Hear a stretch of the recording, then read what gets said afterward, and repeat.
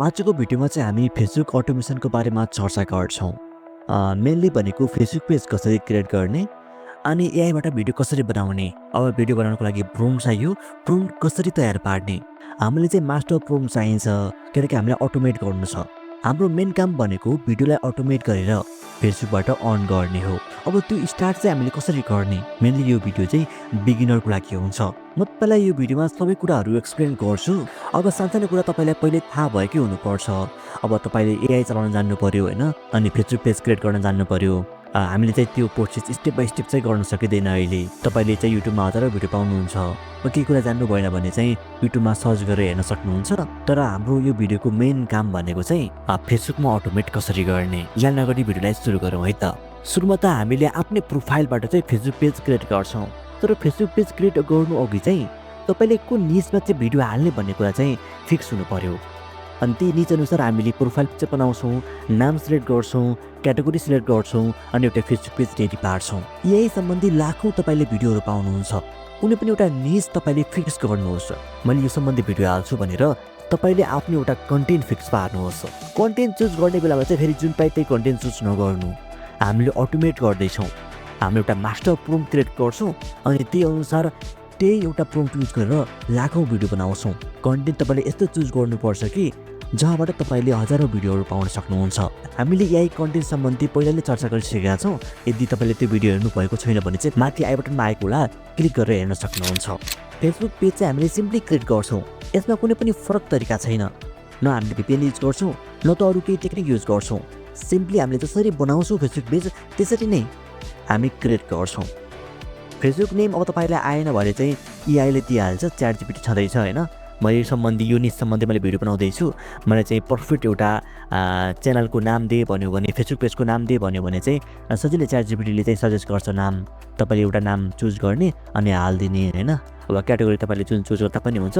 Digital creator choose गर्दा भयो, entertainment website choose गर्दा भयो होइन। र एउटा मेन कुरा के हो भने चाहिँ तपाईँले नयाँ फेसबुक पेज क्रिएट गर्दै हुनुहुन्छ भने चाहिँ जुन चाहिँ अझ नयाँ प्रोफाइलदेखि फेसबुक पेज क्रिएट गर्दै हुनुहुन्छ भने एउटा पोलिसी इस्यु भन्ने आउन सक्छ कि तपाईँले त्यो पहिला चेक गर्नु होला। तपाईँले चाहिँ वेबबाट लगइन गरेर कन्टेन्ट मोनेटाइजेसनमा जानुभयो भने चाहिँ त्यहाँ क्राइटेरिया सो गर्दैन कि। क्राइटेरिया सो गरेन भने चाहिँ तपाईँको मोनेटाइज हुने चान्स एकदमै कम हुन्छ। तपाईँको त्यहाँ पोलिसी इस्यु देखाइदिन्छ फेसबुक पेज क्रिएट गर्ने बित्तिकै। यदि त्यो देखायो भने चाहिँ तपाईँले फेरि नेक्स्ट प्रोफाइलबाट चाहिँ फेसबुक पेज क्रिएट गर्नु होला। नर्मली पोलिसी इस्यु चाहिँ 1-2 हप्तापछि रिमुभ हुन्छ। यदि भएन भने चाहिँ त्यो मोनेटाइज हुँदैन। अब 100% पोलिसी इस्यु रिमुभ हुन्छ भन्ने कुरा चाहिँ छैन। तर नर्मल्ली मेरो एक्सपिरियन्स अनुसार चाहिँ 1-2 हप्तामा रिमुभ हुन्छ, आफै हट्छ। अब हामीले नयाँ पेज खोल्दैछौँ, अब केही कन्टेन्ट नै छैन अनि पोलिसी भुलेट कसरी गर्छ होइन। अब पोलिसी इस्यु देखिरहेको हुन्छ। यदि त्यो हटेन भने चाहिँ फेरि मोनेटाइज गर्न मिल्दैन। त्यहाँ तपाईँको क्राइटेरिया सो नै गर्नुपर्छ। क्राइटेरिया सो गरेको फेसबुक पेज बनाउने अनि बल्ल काम सुरु गर्ने। मैले पनि एउटा फेसबुक पेज क्रिएट गर्दैछु। नाम चाहिँ एआईले दिइसकेको छ। अब हामीले यो सम्बन्धी एउटा प्रोफाइल पिक्चर क्रिएट गर्छौँ ChatGPTलाई भनेर होइन। प्रोफाइल पिक्चर चाहिँ हामीले ChatGPTदेखि बनायौँ अनि कभर फोटो चाहिँ हामीले जेमिनीको प्रयोगबाट गराउँछौँ। तपाईँले जेमिनी चाहिँ मजाले युज गर्न सक्नुहुन्छ इमेज क्रिएट गर्न फ्रीमा होइन। यसको कुनै पनि प्रो भर्जन चाहिँदैन। हामीले जति पनि चर्चा गर्छौँ त्यो सबै कुराहरू फ्रीमा अभाइलेबल छ। तपाईँले कुनै पनि पैसा खर्च गर्नु पर्दैन होइन। त्यही भएर अवश्य एकपल्ट ट्राई भने गर्नै पर्छ तपाईँहरूले। पैसा नआउने बेलासम्म गाह्रो हुने हो होइन। पैसा आउन थालेपछि जे कुरा पनि सजिलो लाग्छ, मजा लाग्छ गर्नको लागि। त्यही भएर 1-2 महिना मेहनत गर्नुभयो भने तपाईँ पनि अवश्य सफल हुनुहुन्छ भन्ने मेरो आशा रहेको छ। मैले पनि पेज बनाएर रेडी गरिसकेको छु। अब चाहिँ हामीले यसमा भिडियो कसरी अपलोड गर्ने भन्ने बारेमा चाहिँ डिस्कस गर्छौँ। फेरि तपाईँले 4वटा फलोवर्स कहाँबाट आयो भनेर सोच्नु होला है। मैले आफै नै फलो गरेको आफ्नै पेजबाट। मसँग धेरै पेजहरू रहेका छन्। टन्नै पेजमा मैले काम गरेको छु। त्यो भएर मैले आफूलाई नै फलो गरेको हो। अब तपाईँले कभर पेज हाल्नुभयो, प्रोफाइल पिक्चर हाल्नुभयो अनि बायो पनि राम्रोसँगले हेर्नु होला होइन। चट्ट हेर्दाखेरि राम्रो देखियोस् पेज। भिडियो रेडी पार्नुभन्दा पहिला चाहिँ एउटा कुरा म तपाईँलाई भन्छु होइन। पहिला हामी कन्ट्री रेस्ट्रिक्सन हानौँ है। किनकि हाम्रो पेज त US मा जाओस् भन्ने चाहन्छौँ हामीले होइन। US को अडियन्सले हेरोस् भन्ने चाहन्छ हाम्रो कन्टेन्ट। त्यही भएर हाम्रो सुरुमा त हामी नेपालमा छौँ। नेपाललाई धेरै टार्गेट गर्न सक्छ सुरुमा फेसबुकले। त्यही भएर चाहिँ हामीले नेपाललाई चाहिँ रेस्ट्रिक्ट गरिदिन्छौँ। हाम्रो पेज चाहिँ नेपालको मान्छेलाई नदेखियोस्। हामी पेजको ओनर भयो, हामीले हेर्न मिलिहाल्छ, बाँकी कसैले पनि हाम्रो पेजलाई चाहिँ भिजिट गर्न मिल्दैन। कुनै पनि कन्टेन्ट सेयर गर्यो भने पनि नट अभाइलेबल देखाउँछ। कन्टेन्ट रेस्ट्रिक्सन कसरी गर्ने भन्ने कुरा चाहिँ तपाईँले डिस्प्लेमा देख्न सक्नुहुन्छ होइन। मैले चाहिँ गरेर देखाएको छु, तपाईँले त्यही स्टेप फलो गर्नु होला। यति गरिसकेपछि तपाईँको जति पनि भ्युज आउँछ त्यो आउट अफ कन्ट्रीबाट आउँछ, नेपालबाट चाहिँ आउँदैन। नेपाल हाइड गर्नुको रिजन चाहिँ यसको एकदमै लो आरपिएम छ। तपाईँको भ्युज आए पनि त्यति धेरै अर्निङ हुँदैन। अब चाहिँ हामी एआईको प्रयोगबाट प्रम्प्ट कसरी लेख्ने भन्ने कुरा चाहिँ सिक्छौँ। तपाईँले चाहिँ फेसबुक रिल्सलाई स्क्रोल गर्नु अनि एआई भिडियोहरू खोज्नु। तपाईँलाई जुन मनपर्छ, जुन कन्टेन्ट मनपर्छ त्यो भिडियोको लिङ्कलाई चाहिँ कपी गर्नु। कुनै पनि ब्राउजरमा गएर फेसबुक भिडियो डाउनलोडर सर्च गरी त्यो भिडियोलाई डाउनलोड गर्नुहोस्। भिडियो डाउनलोड भइसकेपछि जेमिनीलाई ओपन गर्नु, त्यो फाइललाई अपलोड गर्नु, त्यो भिडियोलाई अपलोड गर्नु र give me a prompt with dialogue भनेर सेन्ड गरिदिनु। जेमिनीले तपाईँलाई फुल भिडियो प्रम्प्ट दिन्छ। अब यसमा के चेन्ज गर्न मन लागे आफै यहाँ लेख्न सक्नुहुन्छ। मलाई क्यारेक्टर चेन्ज गरिदिए, मलाई डायलग चेन्ज गरिदिए भनेपछि जेमिनीले आफै चेन्ज गरिदिन्छ।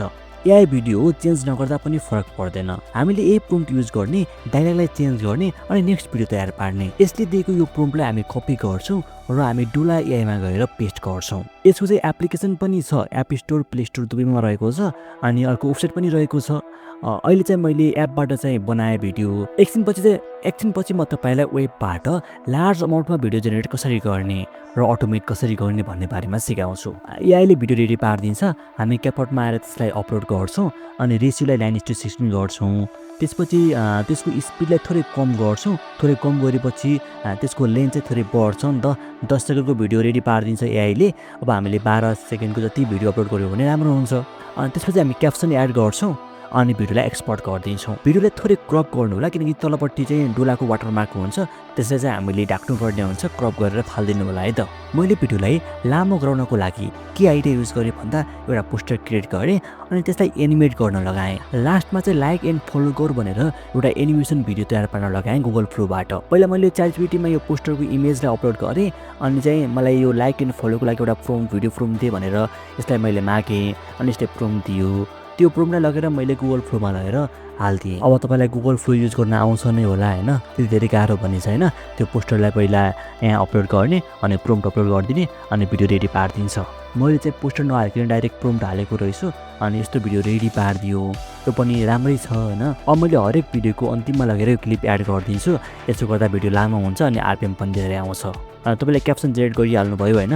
अब तपाईँको चाहिँ आफ्नो नामको वाटरमार्क राख्दा पनि भयो, नराख्दा पनि हुन्छ। भिडियोलाई धेरै एडिट गर्नु पर्दैन, जस्ट तपाईँले थोरै स्पिड कम गर्ने अनि डुला एआईलाई चाहिँ क्रप गरेर फालिदिने अनि क्याप्सन एड गर्ने, यति नै हो काम। भिडियो रेडी भइसकेपछि भिडियोलाई एक्सपोर्ट गर्नु 180pमा गर्नुभयो भने राम्रो हुन्छ। भिडियो त रेडी भइसक्यो। अब हामीलाई अपलोड गर्दाखेरि क्याप्सन चाहियो होइन, टाइटल चाहियो, ह्यासट्याग चाहियो, ट्यागहरू चाहियो। यो पनि हामी जेमिनीबाट लेख्छौँ। हामी पहिला भिडियोलाई अपलोड गर्छौँ अनि यसको लागि ट्रेन्डिङ ह्यासट्याग टाइटल दे भनेर जेमिनीलाई पठाउँछौँ। अब यसले दिएको टाइटल र ह्यासट्यागलाई कपी गर्छौँ अनि फेसबुक पेजमा गएर त्यो भिडियोलाई अपलोड गरिदिन्छौँ। टाइटल तपाईँले छोटो मिठो राख्नु अनि ह्यासट्याग चाहिँ तपाईँले 5वटा भन्दा कम राख्नु। जेमिनीलाई प्रम्प्ट दिँदाखेरि चाहिँ मलाई सर्ट टाइटल अनि 5 ह्यासट्याग दे भनेर भन्नुभयो भने राम्रो हुन्छ। यति भइसकेपछि भिडियोलाई पोस्ट गरिदिनु। अब तपाईँको भिडियोमा बिस्तारै भ्युज आउन थाल्छ। यो प्रोसेसलाई बारम्बार रिपिट गर्नु। दिनमा 3 देखि 4 देखि 5वटा भिडियो अपलोड गर्नु। तपाईँले एउटा मात्र पेज नभएर मल्टिपल पेजमा काम गर्नुभयो भने कम्तीमा पनि तपाईँको 2-3वटा पेज चाहिँ अवश्य मोनेटाइज हुन्छ। पहिला यो सम्बन्धी कुनै पनि समस्या छ भने हामीलाई व्हाट्सएपमा मेसेज गर्न सक्नुहुन्छ। तपाईँलाई आजको यो भिडियो कस्तो लाग्यो? थोरै पनि राम्रो लाग्यो भने भिडियोलाई एक लाइक अनि च्यानललाई सब्स्क्राइब गर्न पनि नबिर्सनु होला। हामी फेरि पनि मिल्छौँ अर्को भिडियोमा। Till then take care, bye by.